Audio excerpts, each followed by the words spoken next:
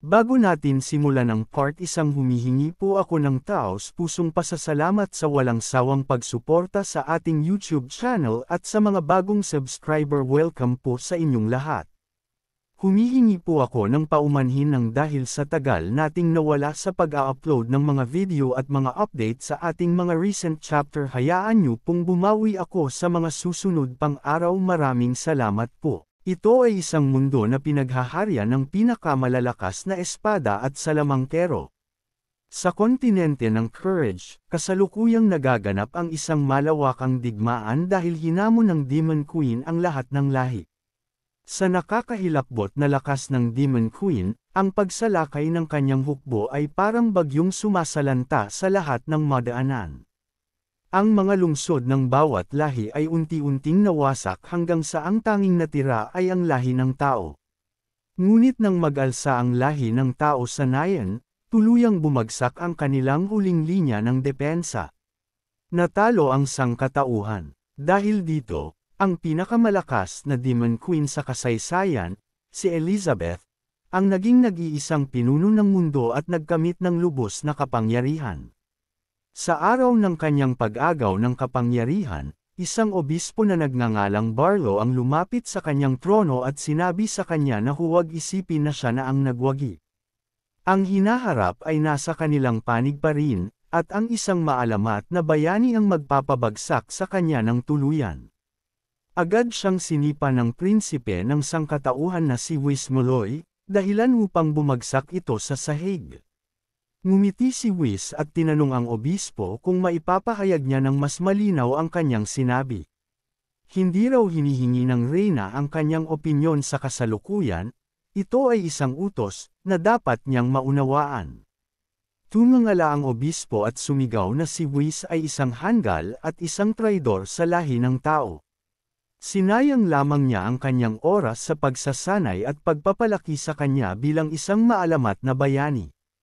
Ibinuka ni Wis ang kanyang mga braso at ang isa sa mga ito ay naging anyong demonyo. Tinanong niya kung ano ang kalokohang sinasabi ng obispo. Kung sabik na sabik ito sa kanyang walang kwentang ama, maaari niya itong ipadala rito ngayon din. Kumaway si Wis gamit ang kanyang kamay, ngunit sa sandaling iyon, inutusan siya ni Elizabeth na huminto. Tumigil si Wis Klaus ng ilang sentimetro na lang mula sa mga mata ni Barlow at agad itong lumuhad sa harap ng reyna. Tinanong siya ng reyna, sinabi mo ba na ang hinaharap ay nasa inyong panig at matatalo ako? Isa ka lamang walang kwentang tao.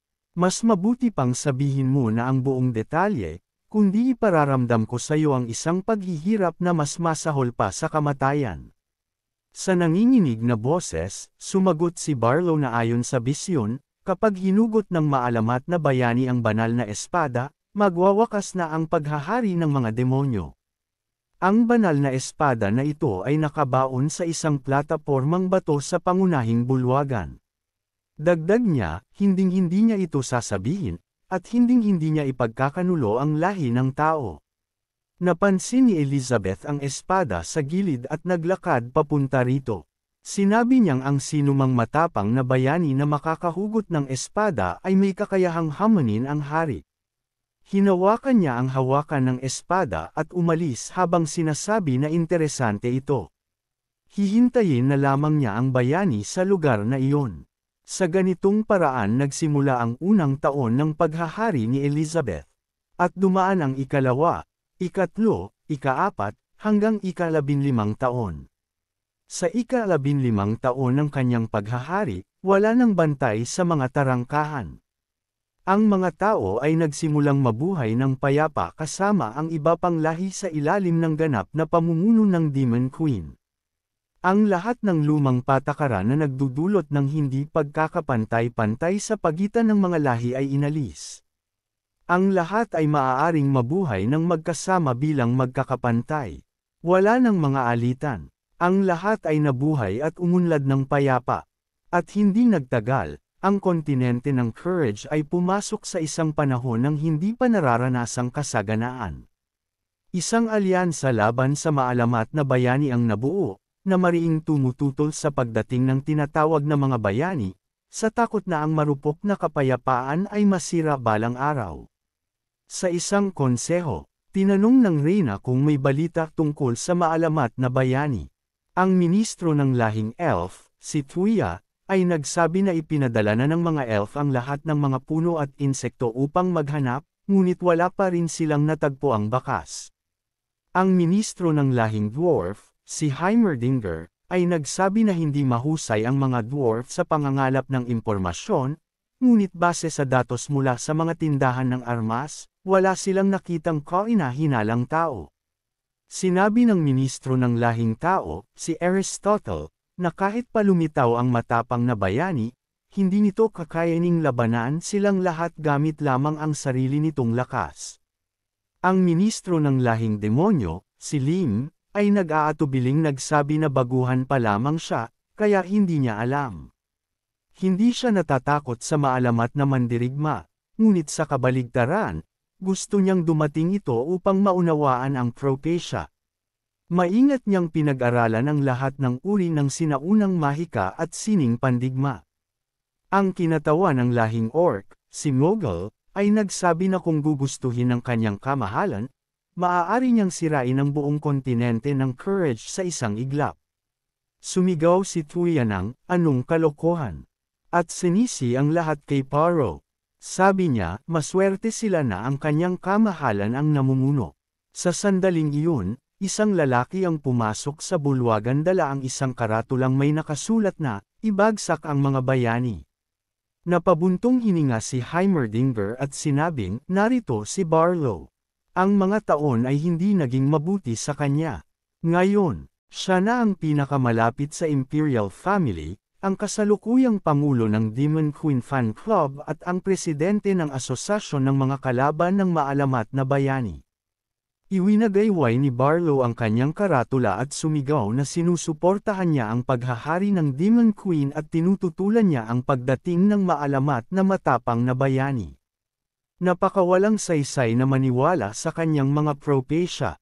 Huwag siyang mag-alala, dahil gumagawa siya ng bagong pag-aaral. Pinagalaw ng reyna ang kanyang buntot at tinamaan ang kanyang mukha, sabay utos na mawala ito sa kanyang paningin. Sa takot, hinawakan niya ang kanyang pisngi at nagmamadaling humingi ng tawad sa kanya. Labis na nagalit si Elizabeth at inihagis ang obispo, dahilan upang tumama ang ulo nito sa dingding at maipit doon. Pagkatapos nito, sinabi niyang siya ang reyna na narating na ang tuktok ng mundong ito at siyang naghahari rito. Hinihintay niya ang bayani na kailangang labanan siya upang maging isa pang hakbang patungo sa kanyang kaluwalhatian. Bumaba siya mula sa kanyang trono patungo sa banal na espada at inalala ang kanyang pag-aaral ng mga pinakalumang aklat ng mahika sa kontinente ng Courage. Pagkatapos ng walang katapusang mga oras ng maingat na trabaho, nalikha niya ang banal na mahika habang hinihintay ang bayani na hamanin siya. Ngunit wala pa rin siyang nakikitang bayani. Nasaan siya? Tanong niya sa sarili. Matapos magpasya, muling tumingin siya sa espada. Kinuha niya ito sa hawakan at sinabi, kung hindi siya darating sa akin, ako na ang pupunta sa kanya. Nag-alala ang mga ministro at pinakiusapan siyang huwag gawin iyon, ngunit hindi niya sila pinakinggan. Hinayla niya ang espada gamit ang lahat ng kanyang lakas, dahilan upang maglabas ito ng nakakasilaw na sinag ng liwanag. Pinakagat niya ang kanyang mga ngipin habang sinubukang bunutin ang espada, at lalong nilakasan ang kanyang lakas, hinigpitan ang pagkakahawak dito. Isang proteksyon na hadlang ang lumitaw sa paligid ng mga ministro at kay Barlow, na umikot-ikot sa bulwagan kasama ang piraso ng pader. Napasigaw si Tuya, imposible. Hinuhugot ng reyna ang banal na espada. Isang sinag ng liwanag ang tumusok sa kisame ng bulwagan at tumuloy sa kalangitan. Isang segundo ang lumipas, at biglang naging tahimik ang lahat.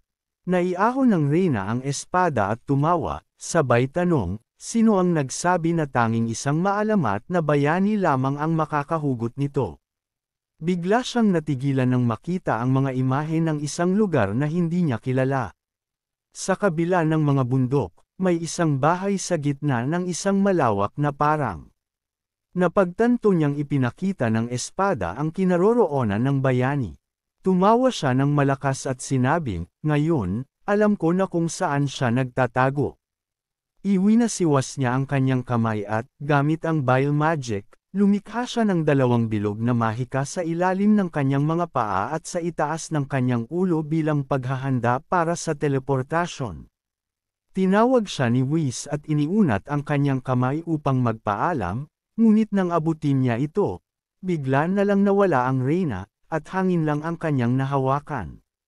Malungkot si Whis sa pagkawala ng kanyang reyna. Samantala, sa baguhan na nayon, may isang maalamat na bayani na nagngangalang Liang. Pinahid niya ang kanyang pawis at isinukbit ang kanyang pala sa balikat, sabay sabi, "Nakakapagod magbungkal ng lupa." Siya ay isang karaniwang empleyado sa opisina na nabubuhay ng isang nakakabagot na buhay. Wala siyang interes sa anime o mga laro. Ang tanging kaligayahan niya ay manood ng maiikling video habang papunta sa trabaho. Sa kanyang rekomendasyon, madalas lumalabas ang mga video tungkol sa pagsasaka, pagluluto, at mga cute na hayop. Gusto niya ang mga ito ng labis, na halos gusto niyang manood ng ganitong mga video habang buhay. Isang araw, bigla siyang napadpad sa mundong ito at natagpuan ang sarili sa gitna ng isang tigang na lupa. Noong una, naguluhan siya, ngunit sa patnubay ng rookie system, unti-unti niyang natutunan ang mga kasanayan sa pamumuhay dito. Sa katunayan, wala siyang alam tungkol sa mundong ito, ngunit para sa kanya, hindi iyon mahalaga. Hindi ba ito ang buhay na pinapangarap niya? Nararamdaman niyang mas malusog na ang kanyang katawan kaysa noong nagtatrabaho siya sa opisina. Sa ganitong pananaw, sinimulan niyang bangkelan ang lupa. Lumitaw ang isang system window sa harap niya na nagsasabing natugunan na niya ang mga kondisyon upang lisanin ang baguhan na nayon at simulan ang kanyang pakikipagsapalaran. Tinanong niya, "Hindi ba napakaganda na ng lahat? Bakit kailangan ko pang umalis?" Ipinaalam ng system na kapag nilisan niya ang nayon, makikilala niya ang iba't ibang tao na maaaring magturo sa kanya ng mga kasanayan sa espada at mahika upang maging isang maalamat na bayani at talunin ang Demon Queen. Sumagot siya, "Ayoko namang pumatay ng Demon Queen. Hindi ba pwedeng manatili na lang ako dito?" Sinabi ng system, "Syempre hindi. Ang misyon ng player ay talunin ang Demon Queen. Kapag mas matagal kang nanatili dito, mas mahirap talunin ang Demon Queen sa hinaharap." Patuloy siyang kinukulit ng system na umalis at magsimula ng pakikipagsapalaran, ngunit wala itong magawa kundi paulit-ulit siyang pesterin gamit ang mga mensahe. "Sa impyerno na sa Demon Queen. Gusto ko lang mabuhay ng ganito magpakailanman." Sa baguhan na nayon, may isang espesyal na oras na hadlang na ganap na nagtatago nito para sa kaligtasan. Sa loob nito, ang isang araw ay mas mahaba kaysa sa 24 na oras, kaya nagagawa niyang gawin ang mga gusto niyang bagay. Nagsasaka siya, nangangaso, gumagawa ng kagamitan, at nagmumuni-muni dito. Wala siyang alam sa espada o mahika, ngunit para sa kanya, hindi ito mahalaga. Sa pamamagitan ng pagpapalit ng mga puntos mula sa kanyang mga baguhan na misyon, unti-unti niyang naipatayo ang kanyang perpektong bahay sakahan. Isang araw, bigla na lang nasira ang system at naglaho, nag-iwan ng mensaheng, nakakagalit ito.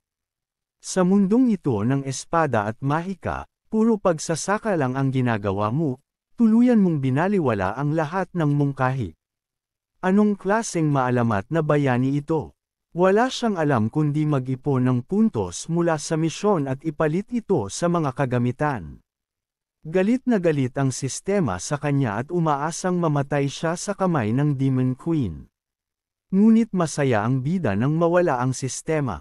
Tumingin siya sa nabungkal na lupa at sinabing ito'y kahanga-hanga. Maghapon siyang nagtrabaho kaya gutom na gutom siya. Pumasok siya sa bakuran at napansing paubos na ang kahoy panggatong, kaya naisip niyang maghanda ng hapunan. Bigla niyang naalala na nakalimutan niyang kunin ang palakol ni Dang mula sa kagubatan nang magputol siya ng kahoy kaninang umaga. Sa sandaling iyon, dumilim ang kalangitan at lumitaw ang mga pulang kidlat. Tumangala siya at kinakabahang sinabi, hindi pwedeng mangyari ito. Sa ilalim ng mga ulap, lumitaw ang Demon Queen at masayang sinabi sa maalamat na bayani na natagpuan na niya siya. Ngunit hindi siya tumugon sa pagbati nito at tumakbo ng mabilis papunta sa bahay, sabay sigaw, uulan na. Paano na ang mga damit ko at tuyong isda? Naguluhan ang Demon Queen nang makita niyang hindi siya pinansin ni Liang. Samantala, mabilis na kinuha ni Liang ang kanyang mga damit at tuyong isda. Saka huminga ng maluwag at sinabing swerte siyang naabutan niya bago pa ito mabasa.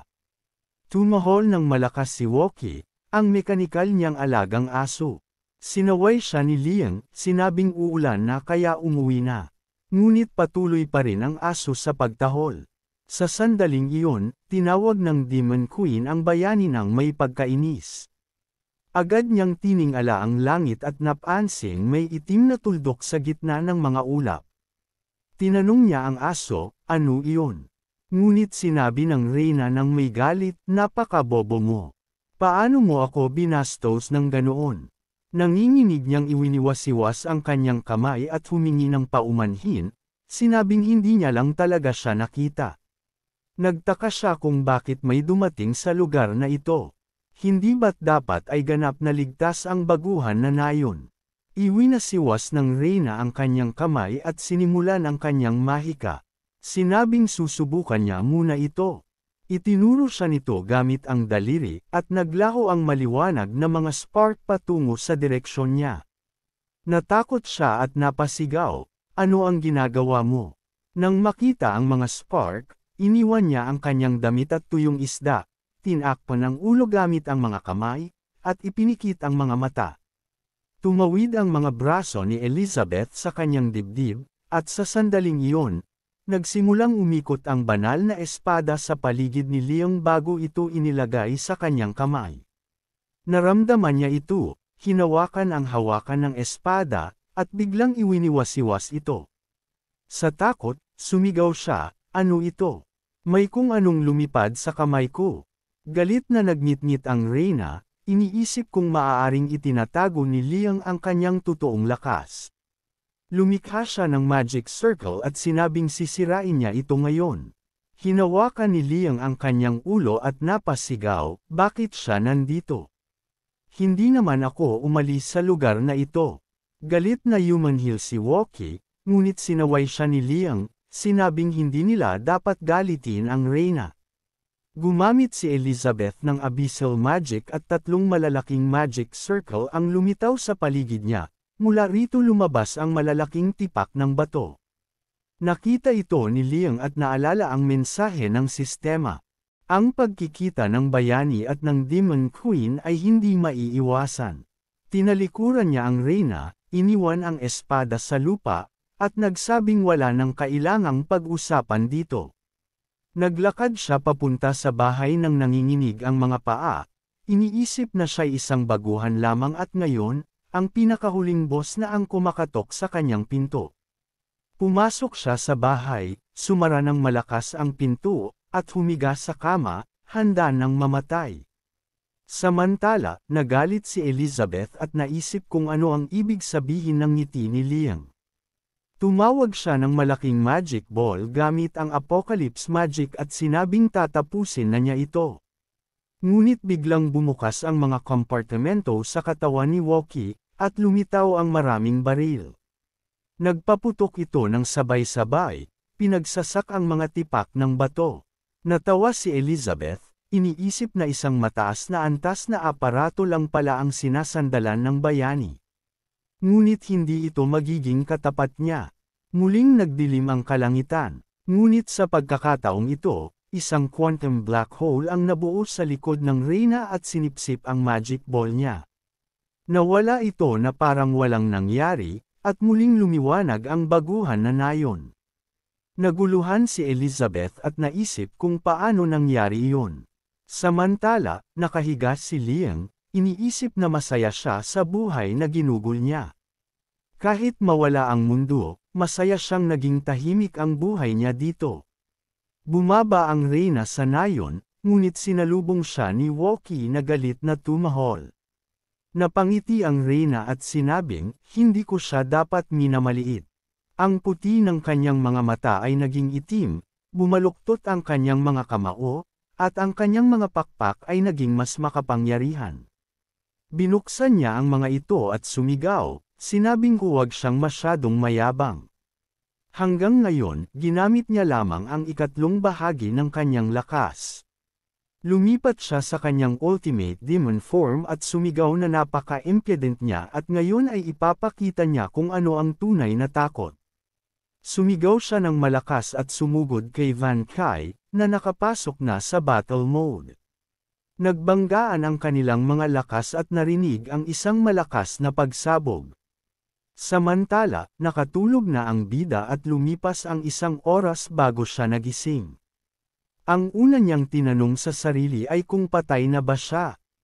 Umupo siya sa kama, humikab ng malakas, at tumingin sa paligid, iniisip kung nasa bahay pa rin siya.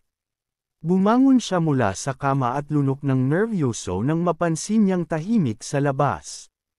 Hinawakan niya ang hawakan ng pinto, ngunit tumigil bago lumabas. Iniisip kung hinihintay siya ng Demon Queen na parang baliw.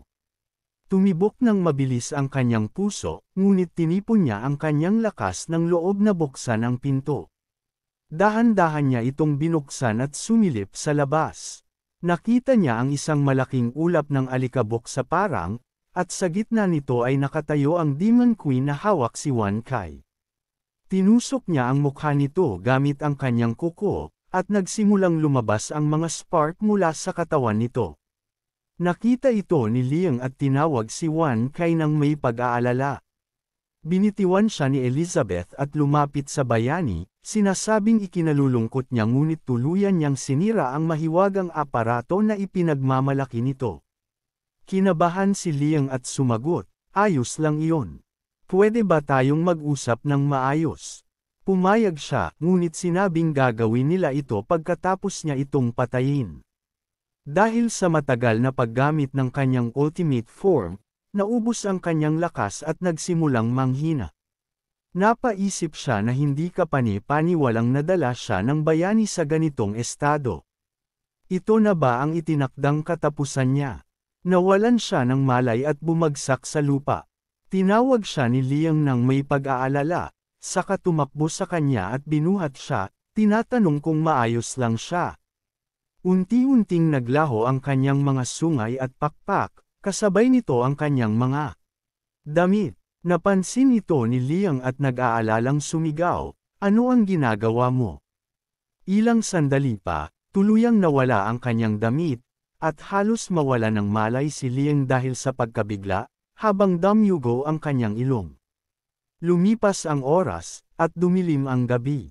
9:00 na nang tuluyang magising si Elizabeth mula sa pagkakatulog. Nakahiga siya sa kama ng bida, at nakakadena ang kanyang mga kamay.